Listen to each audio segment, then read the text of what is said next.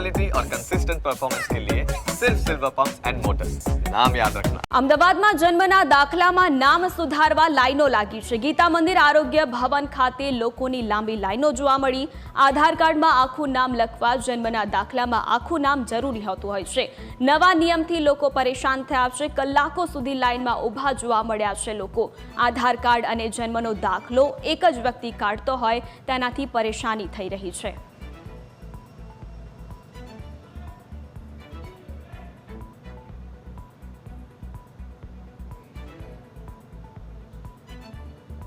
AMC દ્વારા જન્મનો દાખલો બનાવવામાં આવે છે। એએમસી દ્વારા જ આધાર કાર્ડ પણ બનાવવામાં આવે છે। પરંતુ જો હવે આધાર કાર્ડ બનાવવું હોય તો મારી પાછળ જે તમે લાઈન જુઓ છો એવી મોટી લાઈનમાં હરોળમાં ઊભું રહેવું પડશે।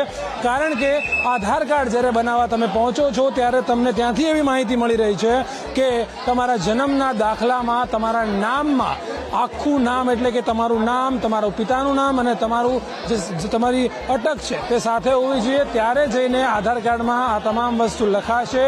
એટલે ક્યાંક ને ક્યાંક એએમસી અંદર જ અંદર લોકોને જે હેરાનગતિ કરી રહી છે તે હાલમાં દેખાઈ રહી છે। કારણ કે લોકો છે પોતાના કામ ધંધા મૂકીને હાલમાં અહીંયા પહોંચી ચૂક્યા છે।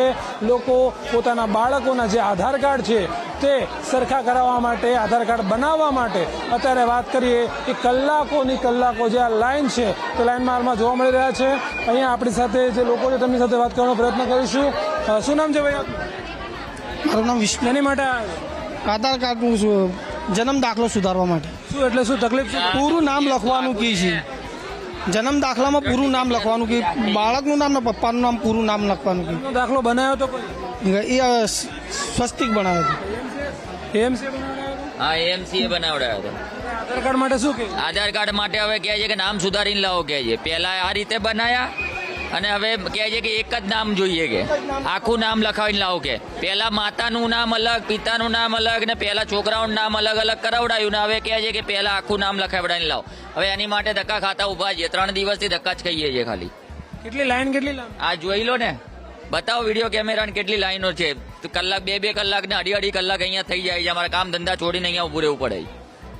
ચોક્કસથી અત્યારે વાત કર્યા છીએ તો એએમસી દ્વારા જ બનાવેલા જન્મના દાખલામાં એએમસી દ્વારા જે આધાર કાર્ડ બનાવવામાં આવે છે તેમાં લોકોને તકલીફ પડે છે। બેન ક્યાંથી આવે છે? નારણપુરાથી। કેટલા સમયથી 15-20 મિનિટથી ઉભા છીએ। શું તકલીફ શું પડે? આમાં બી સેમ જ પ્રોબ્લેમ છે કે આધાર કાર્ડમાં નામ સુધરાવવા માટે, સળંગ નામ લખાવવા માટે પહેલા બર્થ સર્ટિફિકેટમાં સુધારવું પડશે, એ પછી તમારું આધાર કાર્ડમાં ચેન્જ થશે। માહિતી તમને ત્યાં જઈને મળી? હા, એટલે એના માટે ત્યાં આગળ કીધું અને એકચ્યુઅલીમાં આ તો અમે સ્કૂલમાં ફોર્મ ભરવાનું આવે ત્યારે લાસ્ટ મોમેન્ટ પર અમને ખબર પડે એટલે અમે તો દોડતા એઝ અ પેરેન્ટ્સ દોડતા જ થઈ જઈએ। અને આ કામ જેમ બને 10th માં છે હવે બોર્ડમાં એટલે